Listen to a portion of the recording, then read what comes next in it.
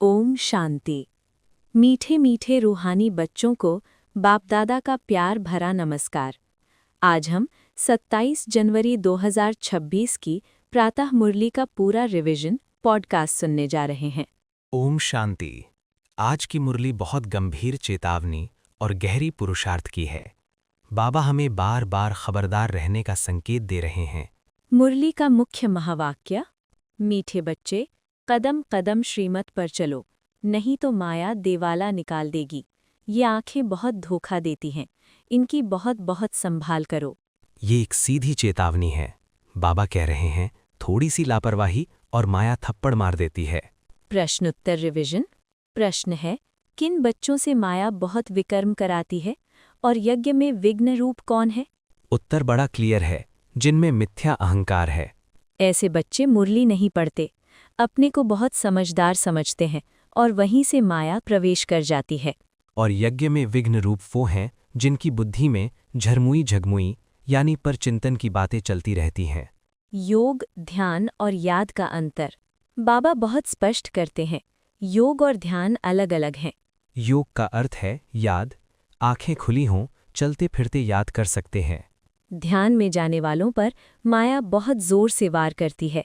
इसलिए बाबा कहते हैं ध्यान की इच्छा भी मत रखो, इच्छा मात्रम अविद्या। कायदे का उल्लंघन, माया का वार। जैसे ही श्रीमत के विरुद्ध कदम उठाया, माया तुरंत गिरा देती है। कई आत्माएं डीटी बनते बनते डेविल बन जाती हैं। ज्ञान देने वाले, भोग लगाने वाले भी कायदा तोड़ने से पूरा मायावी बन जाते हैं। माताओं की महान भूमिका। आज की मुरली में माताओं का बहुत ऊंचा गायन है। बाबा कहते हैं कलश हमेशा माताओं को मिलता है। पुरुष अक्सर देवाला मारते हैं, इसलिए बाबा ने माताओं को निमित्त बनाया। पर चेतावनी दोनों के लिए है, स्त्री हो या पुरुष, अगर श्रीमत छोड़ी तो कोई भी देवाला मार सकता है। लिंक टूटना और बैटरी उदाहरण। ये मुरली का उदाहरण बहुत शक्तिशाली है। बाबा कहते हैं विकर्म करने से बैटरी डिस्चार्ज हो जाती है। और अगर बाप से लिंक टूट जाए तो माया हमला करती है। इसलिए बार बार अपने कनेक्शन को चेक करना है। बेहद का वैराग्य। बाबा कहते हैं दिल हटाओ पुरानी दुनिया से, दिल लगाओ शांति धाम और सुख धाम से। उठते बैठते चलते फिरते बाप को याद करना सबसे सहज पुरुषार्थ है। स्वदर्शन चक्र।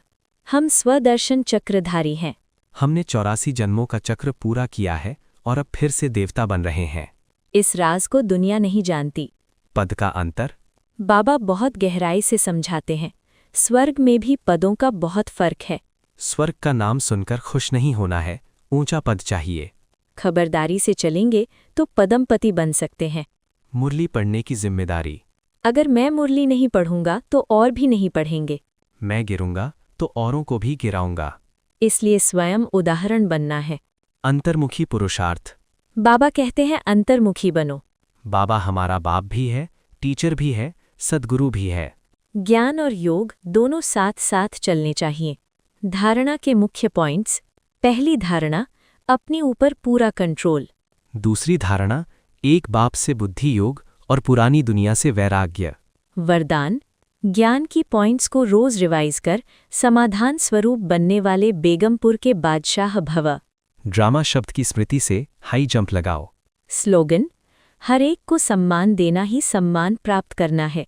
अव्यक्त इशारा, इस अव्यक्त मास में बंधन मुक्त रहे, जीवन मुक्त स्थिति का अनुभव करो।